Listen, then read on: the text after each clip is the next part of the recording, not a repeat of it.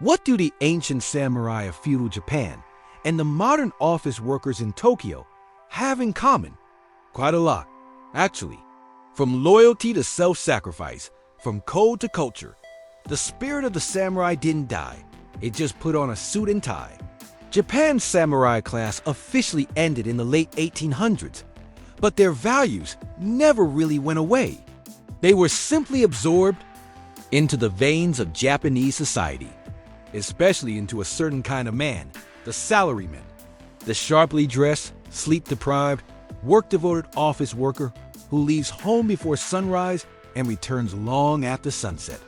Not for glory, not for wealth, but because duty still means everything. The samurai followed Bushidō, the way of the warrior. It wasn't just about fighting. It was a moral code. Loyalty, honor, self-discipline, respect, endurance. And when Japan transformed into a modern nation, that code didn't disappear. It was quietly reshaped into the expectations of corporate life.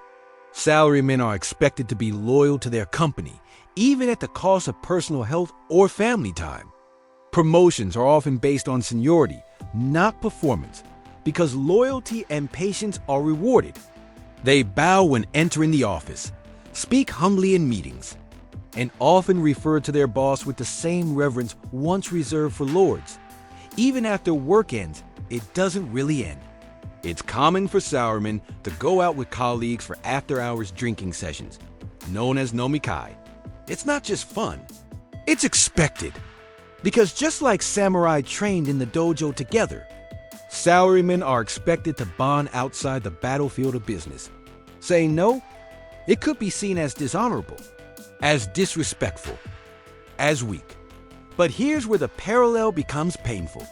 Just as samurai were taught to endure without complaint, salarymen are taught to suppress emotion, to never show weakness, to push through burnout.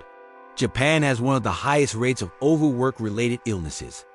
And there's even a word for death by overwork, Karōshi.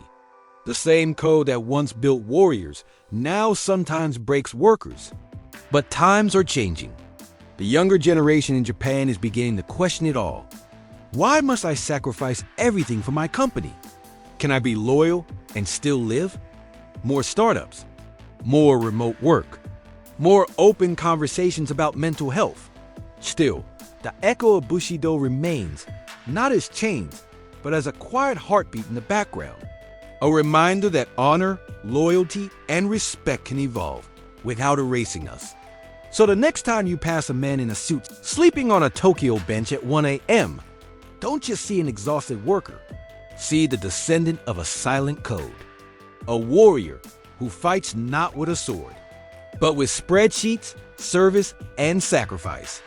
If this story moved you, don't forget to subscribe, and share it with someone who works just as hard and deserves just as much peace.